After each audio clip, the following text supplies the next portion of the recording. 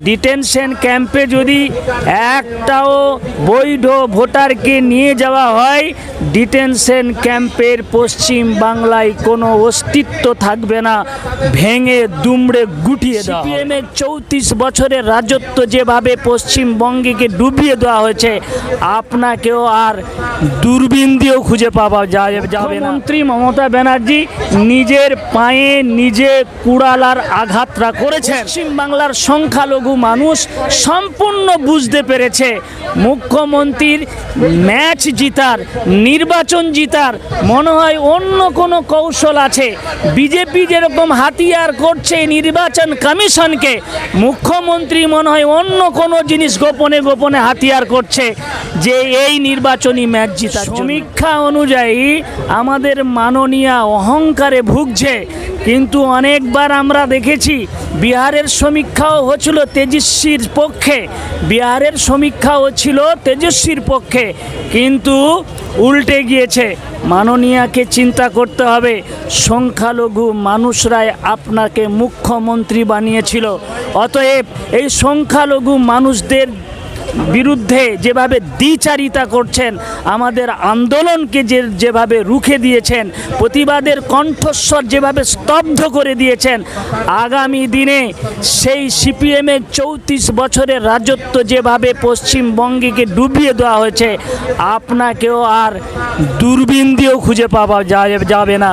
এটা আমরা হুঁশিয়ারি দিয়ে রাখতে চাই। আমরা এখনও বলতে চাই, এখনও সময় আছে। যেহেতু এরা ভোট দিতে পারবে না, আপনি তো এইটুকু বলবেন যেহেতু ডিটেনশন ক্যাম্পে যাচ্ছে, আমি বলে দেবো তোমাদেরকে ডিটেনশন ক্যাম্পের পুলিশরা অত্যাচার করবে না। এই অপেক্ষায় কি আমরা বসে থাকব? অতএব ডিটেনশন ক্যাম্পে যদি একটাও বৈধ ভোটারকে নিয়ে যাওয়া হয়, ডিটেনশন ক্যাম্পের পশ্চিম বাংলায় কোনো অস্তিত্ব থাকবে না, ভেঙে দুমড়ে গুটিয়ে দেওয়া হবে। মুখ্যমন্ত্রী বলেছে যে আমি বাংলায় ডিটেনশন ক্যাম্প করতে দেব না, কিন্তু মুখ্যমন্ত্রীর প্রত্যেকটা কথাটা উল্টো হয়, কি বলবেন? একদম বিলকুল বলছেন।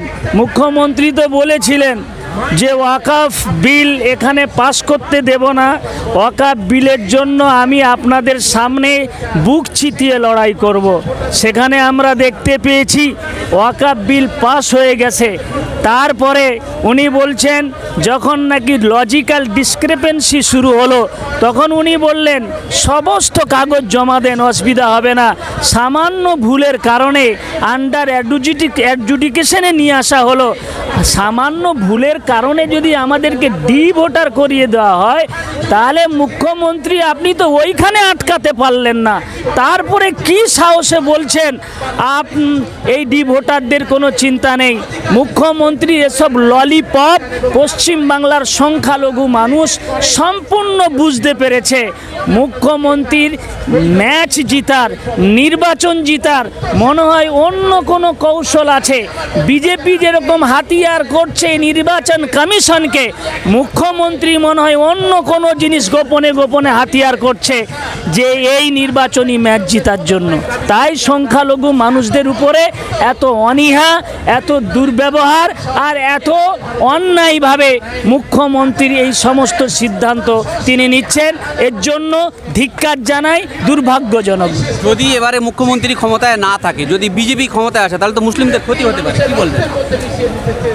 এটা তো সময় বলবে। তবে আমরা জানি বিজেপি শাসিত রাজ্যেতেও সেখানেও তো মুসলমানরা বসবাস করছে। এটাও নয় যে একদম জেনোসাইড করে শেষ করে দেওয়া হচ্ছে। আপনি বলুন তো, পশ্চিম বাংলায় যেইভাবে মুসলিমদের উপরে এই 2 বছরে অত্যাচার হয়েছে, বিজেপি শাসিত রাজ্যেতে দেখুন তার চাইতে অনেক পরিমাণে বেশি হলেও কিন্তু দেখা যাচ্ছে তুলনামূলকভাবে পশ্চিম বাংলাও কম নয়। এখানেও দাড়িওয়ালা টুপিওয়ালা দেখলে মারা হচ্ছে, এখানেও রাস্তায় নামাজ পড়তে দেওয়া হচ্ছে না, এখানেও বলা হচ্ছে, শুভেন্দু অধিকারী বলছে 15,000 লোক নিয়ে এসছি, কোথায় জেহাদি, কোথায় পাকিস্তানি? মুখ্যমন্ত্রী মুখ্যমন্ত্রী তো শুভেন্দু অধিকারীকে গ্রেপ্তার করতে পারলো না, অসীম সরকারকে তো গ্রেপ্তার করতে পারলো না, নেরা বাগজিকে তো গ্রেপ্তার করতে পারলো না। মুফাক্কেরুল ডি ভোটারদের পাশে দাঁড়িয়ে আওয়াজ তুলছিল, তাই মুফাক্কেরুলকে গ্রেপ্তার করে সংখ্যালঘু মুসলিমদের আন্দোলনকে থমকে দিয়েছেন। এর জন্য জবাব দিবে পশ্চিমবাংলার জনগণ। আগামী দিনে সাধারণ মুসলিমদের কি করা উচিত?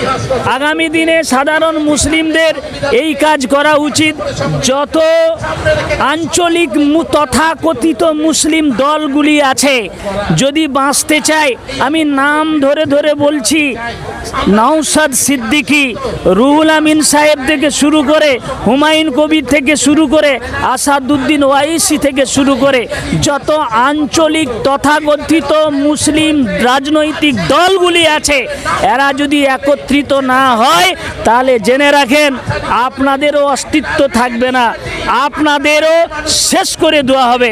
তাই আমি আপনার চ্যানেলের মাধ্যম দিয়ে এইটাই বলতে চাই, সমস্ত মুসলিম রাজনৈতিক দল, অরাজনৈতিক সংগঠন, ইমাম সংগঠন আর শুভবুদ্ধি সম্পন্ন সমস্ত মানুষদেরকে নিয়ে এই দুই শক্তির বিরুদ্ধে একটা থার্ড ফ্রন্ট গড়া উচিত। তাহলেই পশ্চিমবাংলার মানুষ একটা বিকল্প সুশীতল ছায়াতলে এসে শ্বাস নিতে পারবে। বলছি, মোফাক্কেরুল ইসলামকে গ্রেপ্তার করার পরে আমাদের মুখ্যমন্ত্রী যে শব্দগুলো ব্যবহার করেছে, তাতে কি মুখ্যমন্ত্রীর ভোট কমবে বলে মনে হয়? এটা তো মানুষ আমরা চৌঠা মে বুঝতে পারবো, কিন্তু যেভাবে আমরা বিভিন্ন কর্নার থেকে খবর পাচ্ছি, মুখ্যমন্ত্রী মমতা ব্যানার্জি নিজের পায়ে নিজে কুড়ালার আঘাতটা করেছেন। আর এটাও আমরা শুনতে পাচ্ছি যে আগামী দিনে যেভাবে মুখ্যমন্ত্রী মুসলমানদের তোষণে, বিজেপি বলে তোষণ করছে, কিন্তু অন্যান্য কর্নার দিয়ে আমরা খবর পাচ্ছি অ্যাকচুয়ালি মুসলিম শোষণ করছে। এই শোষণ ব্যবস্থাকে শেষ করতে হবে, তার জন্য জনগণ জবাব দেবে।